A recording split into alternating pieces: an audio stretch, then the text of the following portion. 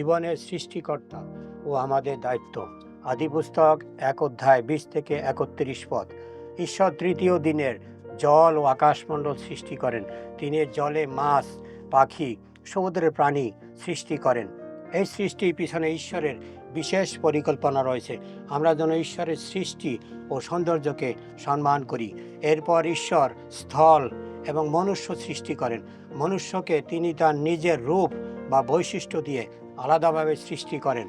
ঈশ্বরের আলাদা সৃষ্টির রূপে আমরা যেন ঈশ্বরের যত্ন নেই, সৃষ্টির যত্ন নেই। আমরা যেন মানুষকে ভালোবাসি ও সব সময় ঈশ্বরের মহিমা বা গৌরব করি।